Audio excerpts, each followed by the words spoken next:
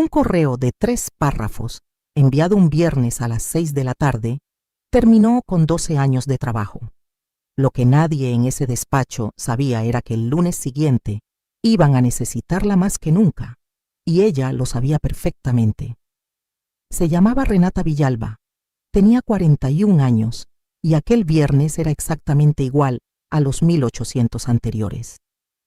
El bolso al hombro, las llaves en la mano, pensando si pasaba por el supermercado o pedía algo por teléfono al llegar a casa.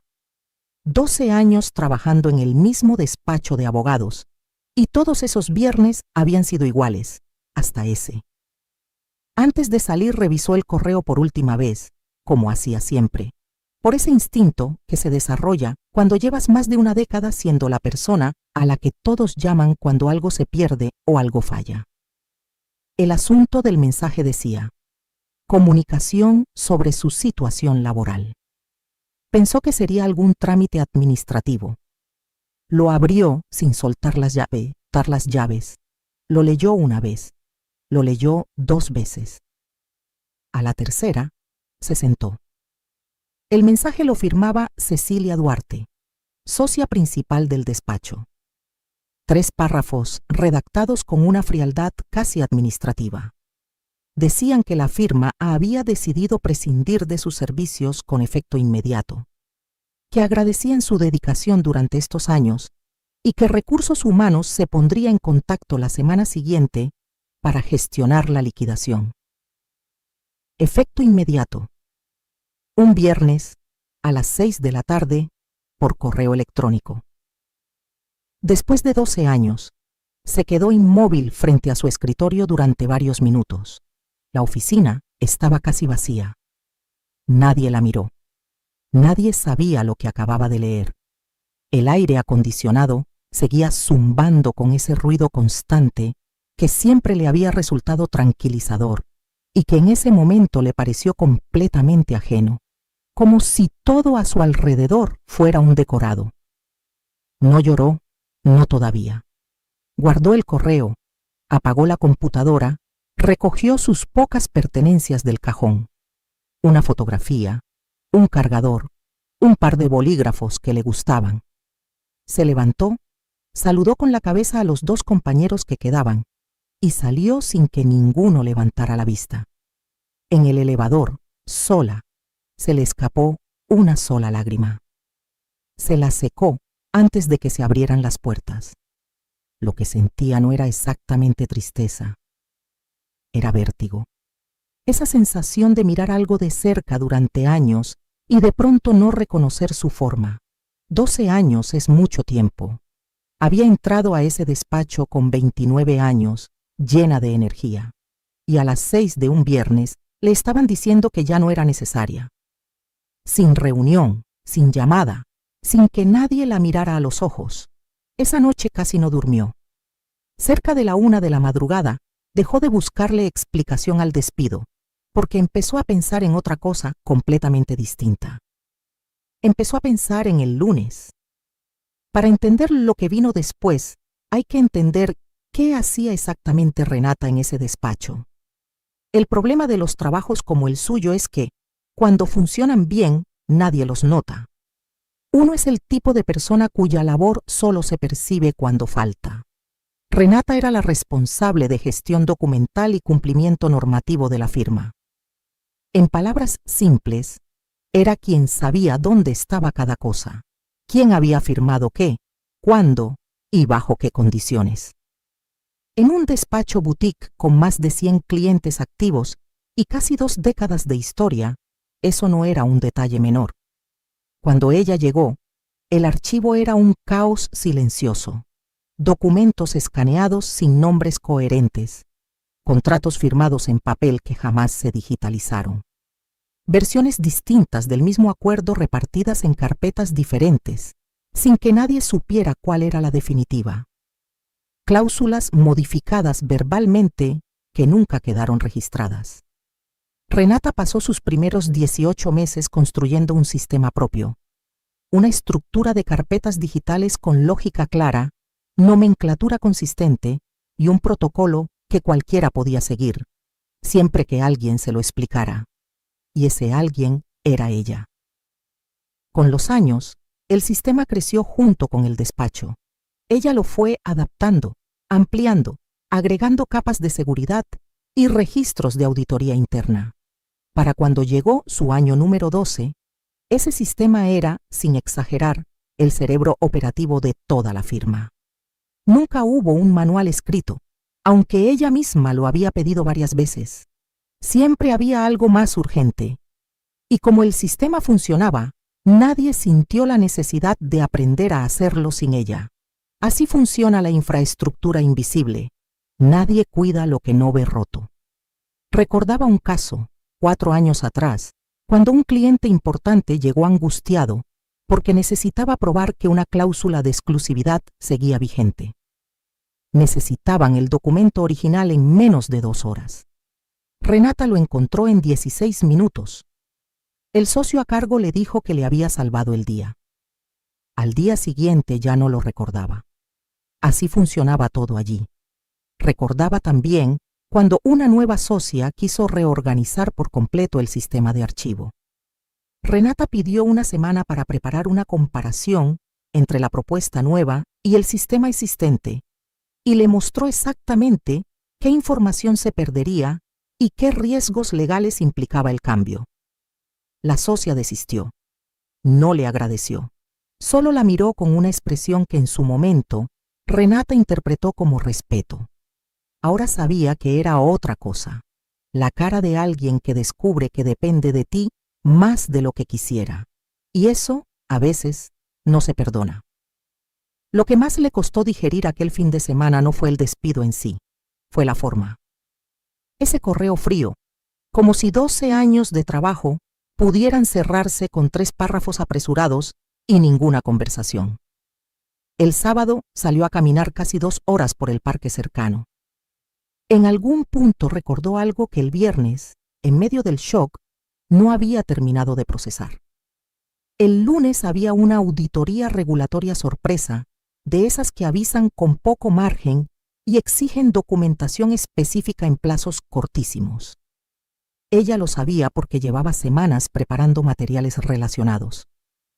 Era una revisión sobre las prácticas de cumplimiento de los últimos 6 años, el periodo que coincidía casi al milímetro con la capa más compleja de su sistema. Siguió caminando. El sol ya se ponía, y por primera vez desde el viernes sintió algo parecido a la calma. Es importante aclarar que Renata jamás construyó ese sistema para hacerlo opaco a propósito. Lo construyó para que funcionara. Si alguien le hubiera pedido documentarlo del todo o formar a otra persona, lo habría hecho con gusto. De hecho, lo había propuesto ella misma más de una vez. El problema nunca fue la complejidad del sistema, sino que nadie quiso invertir tiempo en aprenderlo, porque ella siempre estaba ahí, y el viernes decidieron que ya no la necesitaban. Ese fue el error irreversible, no el despido en sí, sino la forma. Hacerlo un viernes por correo, sin conversación previa, sin proceso de transición. El error más grande de todos fue que, precisamente ese lunes, tenían una auditoría. El domingo llamó a su hermana y le contó todo. Le preguntó qué pensaba hacer. Renata respondió que todavía no lo sabía, que esperaría a ver cómo se desarrollaban las cosas. Esa noche durmió mejor de lo esperado. El lunes amaneció nublado. Renata estaba en su cocina con el café listo, sin ningún lugar al que ir. Era una sensación extraña, ese silencio después de 12 años de lunes agitados. A las 10 menos 13 minutos sonó el teléfono. Número del despacho. Dejó sonar 2 veces para ordenar sus pensamientos antes de contestar. Era Cecilia Duarte, la misma socia que había firmado el correo del viernes. Su voz tenía una tensión que no disimulaba. Le explicó que estaban enfrentando una situación complicada con la auditoría iniciada esa mañana y que necesitaban acceder a documentos de los últimos 6 años. Habían intentado localizar los contratos principales, pero no entendían el sistema. Le preguntó si podría ir al despacho esa misma mañana. Y aquí hay que ser honesta sobre lo que Renata sintió. La respuesta fácil, la del reflejo de 12 años resolviendo problemas, habría sido decir que sí de inmediato. Pero no fue esa la respuesta que dio. Le dijo a Cecilia que entendía la urgencia y añadió que, dada su situación actual, dado que el viernes le habían comunicado que ya no era empleada, podía ofrecer sus servicios como consultora externa. Silencio. Renata dijo que su tarifa de consultoría de emergencia era de $4,800 por día. Más silencio.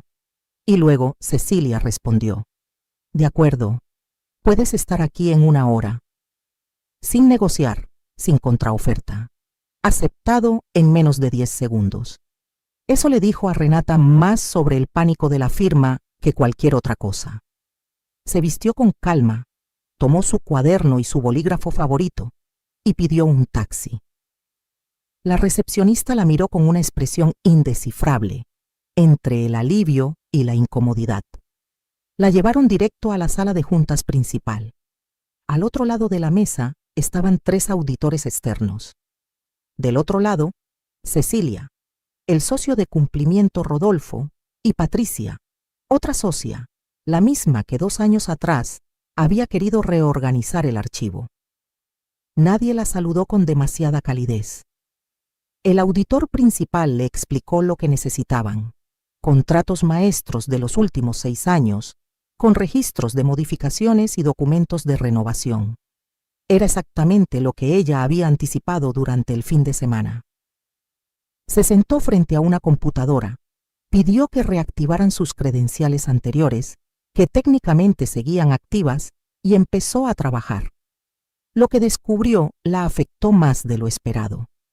El caos que encontró no era porque nadie hubiera tocado el sistema, sino precisamente porque sí lo habían tocado.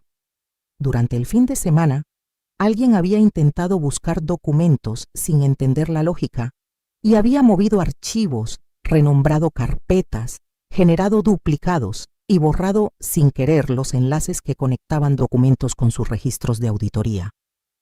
Habían empeorado todo intentando arreglarlo.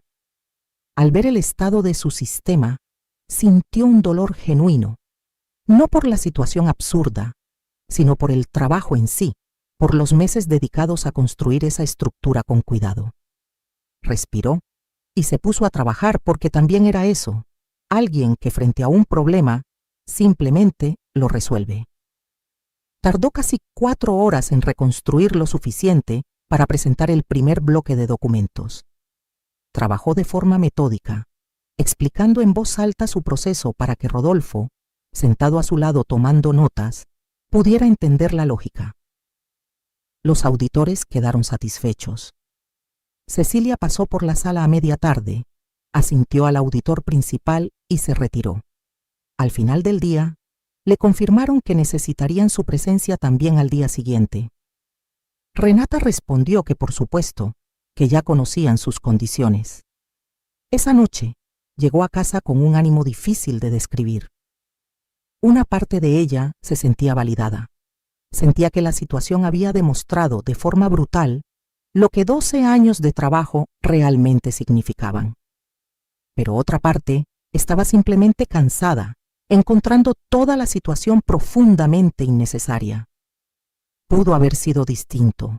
Podrían haberle dado un mes de transición. Podrían haberla llamado antes de enviar ese correo. No lo hicieron y ahora estaban pagando $4,800 diarios por esa decisión. El segundo día fue más fluido. Los auditores necesitaban contratos del sector financiero, los más complejos de todo el sistema, pero también los que ella conocía mejor. Los localizó y entregó antes del mediodía. Por la tarde, Patricia se acercó con una cordialidad que claramente le costaba y le preguntó si estaría dispuesta a considerar reincorporarse de forma permanente. Dijo que entre las socias sentían que la situación había expuesto ciertas brechas en la gestión del conocimiento del despacho. Renata agradeció el gesto y respondió que primero había que terminar la auditoría. Patricia asintió, aunque parecía esperar otra respuesta. Probablemente esperaba un sí inmediato. Pero Renata ya no era esa persona. El tercer día fue el más largo. Los auditores tenían preguntas específicas sobre la cronología de ciertas modificaciones contractuales. Renata pasó la mañana respondiendo, armando los registros solicitados. Al mediodía, el auditor principal le informó a Cecilia que la documentación era satisfactoria y que el proceso podía darse por concluido. Cecilia la miró. «Gracias», dijo, seco, sin adornos. Renata respondió que de nada y empezó a guardar sus cosas. 12 años en un lugar dejan huella. Se conoce a la gente, sus manías, los chistes internos, los buenos momentos y también los malos. Caminar esos pasillos sabiendo que no volvería el miércoles tenía una rareza difícil de describir, como entrar a la casa de la infancia y descubrir que movieron los muebles. Hubo compañeros que la saludaron con calidez genuina. Yolanda le llevó un café el segundo día sin decir nada, solo lo dejó en su escritorio y se fue. Eso la afectó más de lo esperado. Hubo otros que evitaron mirarla al pasar. No lo interpretó como maldad, sino como esa incomodidad que surge cuando una situación expone algo que preferirían no ver. Con Cecilia apenas hubo interacción directa durante esos 3 días.